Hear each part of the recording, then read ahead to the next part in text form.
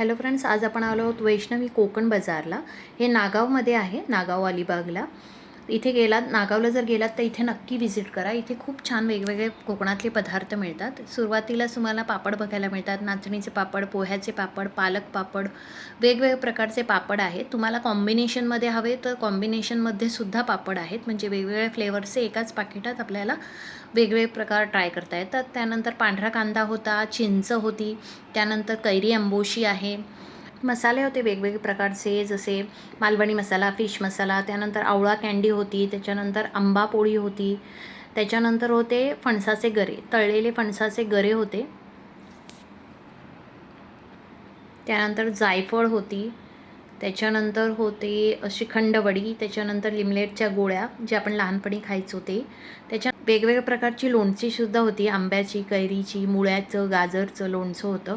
त्यानंतर ही आहे चिंचगोळी, त्याच्यानंतर होती मालवणचा खाजा, मालवणी खाजा, हा सुद्धा मला खूप आवडतो. त्याच्यानंतर ही आहे आंबट गोड चिंच. त्यानंतर वेगवेगळ्या प्रकारची सरबत होती, कोकम सरबत होतं, कोकम आगळ होतं. त्याच्यानंतर ही आहे शेंगदाणा चटणी, त्याच्यानंतर सांडगेसुद्धा होते,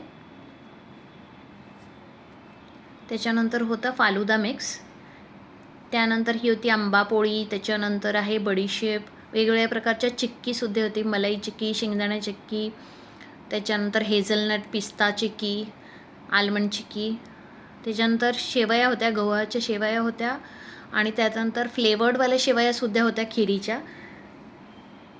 त्याच्यानंतर हापूस आंबावडी होती, आवळा वडी होती, त्याच्यानंतर तिकडे फणस वडीसुद्धा होती, फणसाची वडी.